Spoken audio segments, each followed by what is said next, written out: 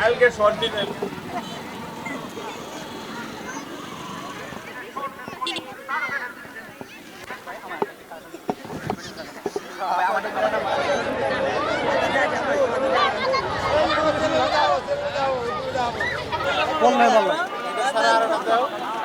বাবা তো অনেক সময় থাকে না, চাকরিতে থাকে, তাই ঈদের সময় বাবার সাথে ঘুরতে এসে অনেক ভালো লাগতেছে। নদী আছে ওখানে, আর এখানে কাশ ফুল আছে। কর্মজীবনে আমরা পরিবার নিয়ে ঘুরতে পারি না, আজকে সময় পাইলাম ঈদ উপলক্ষে, এই কারণে পরিবার নিয়ে ঘুরতেছে, অনেক ভালো লাগতেছে। বাচ্চারা মনের আনন্দে খেলতে পারতেছে, ঘুরতে পারতেছে, ওদের ভালো লাগতেছে।